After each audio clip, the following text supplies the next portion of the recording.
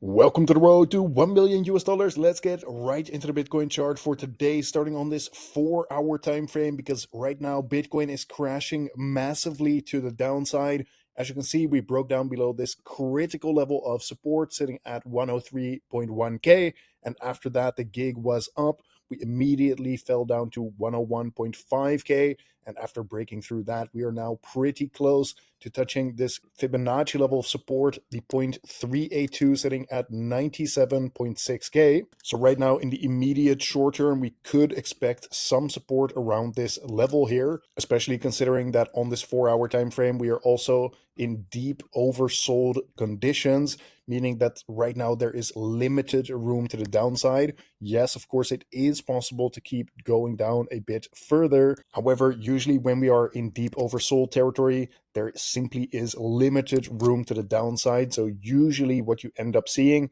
is some kind of reset, for example, back to around this 70 level, or maybe even all the way back to around this 50 level. Now, in the case that you're not familiar with how the RSI actually works, the way the RSI can reset back to the upside is either by the Bitcoin price just chopping sideways, or potentially even getting a bit of bullish momentum here. So at the very least, right now, I'm expecting a reset back to around this 70 level. But again, it is also possible to go back to around 50. What I think is the most unlikely right now is that we're just immediately going to shoot back up into overbought territory again, which is when the RSI is above 70. On the 2-hour time frame, it is looking very similar. We broke down below a critical level of support and started dumping to the downside from there. Of course, overall, as I also pointed out in my last video, we have been in this downtrend for quite some time. So of course, with us breaking that level of support, we were already on the right side of the trade at that point. In terms of the RSI, that is also in oversold conditions at the moment. So let's just move on to the 1-hour time frame,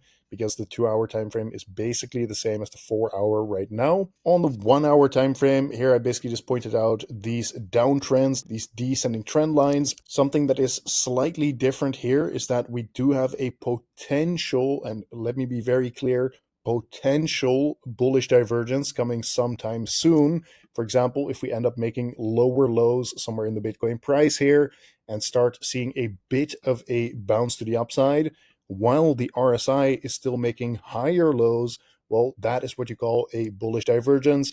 Lower lows in the Bitcoin price and higher lows in the RSI momentum indicator. As I have clearly stated in the chart here, guys, this has not been confirmed. So let that also be very clear, guys. For now, this is simply a downtrend. And if you want to see some kind of a reversal back to the upside, some kind of counter trend bounce here, potentially to some of these areas of resistance, sitting at around 101.5k, roughly speaking. Well, personally, at the very least, I would look for some kind of bullish divergence to confirm, because typically this points towards us getting a break from all of that bearish price action that we have seen here recently, either in the form of some choppy sideways price action or potentially some bullish momentum. And in that case, we would also likely reset the RSI to around this 50 level. So that is something that I'm keeping an eye out for in the charts at the moment, but at the same time, this hasn't been confirmed. So for now, this is simply just a downtrend, and we need to assume that we're going to continue making lower lows and lower highs. Before I show you some price targets here on the higher time frames, the bull case on this 1-hour time frame would be some kind of bullish divergence to confirm, and us then breaking these levels of resistance. After that, we need to look for some kind of break above 103.5k before I would even consider flipping bullish on this time frame again. So hopefully that makes sense. Now let's get to some price targets for Bitcoin, because in my last video I was talking about this symmetrical triangle pattern, which has now broken out to the downside. What I actually think is most likely is that we are going to hit this price target at around 95.5k. Notice how right here we have already filled this imbalance that we had from this previous candle right here. So one of those bearish targets basically has already been filled. From here, the price target of this pattern is sitting at 95.5K. That is the more conservative target. There is also a more ambitious target, and there's another imbalance in the chart here as well. But then you would have to take the total high to low of this pattern. And yeah, I mean, for now it is looking a bit ambitious. This target is sitting at 87.2K. Now, if we end up breaking down below this big level of support, sitting from 96 all the way down to 95,000, yeah, if we start breaking down below, then we just have to respect what is in the chart right here, which would be this target that I just showed you. So to summarize here, on the lower time frames, it looks like we are in pretty oversold territory at the moment. Therefore, if we do end up seeing some kind of bullish divergence confirming on the lower time frames, it wouldn't be crazy to see a slight move to the upside in order to reset that RSI. But overall, on the higher time frames, this is still pointing towards the downside. This is still in a very clear downtrend at the moment, with a confirmed price target of about 95.5K. So that is something to keep in mind. This is also a big level of support that we are currently trading in, sitting from 100 all the way down to 98K. If we end up breaking down below 98K, guys, then very likely we are heading down to that next level below, sitting from 96 all the way down to 95,000. Do take note of the fact that on this 1 day time frame, we are still in this downtrend in the RSI as well. This is something that we've looked at extensively over the last, 1 or 2 weeks. So again, here we were also on the right side of the trade. If you really want to see some kind of bullish breakout on the higher time frames, we need to look for some kind of break above this descending line of resistance.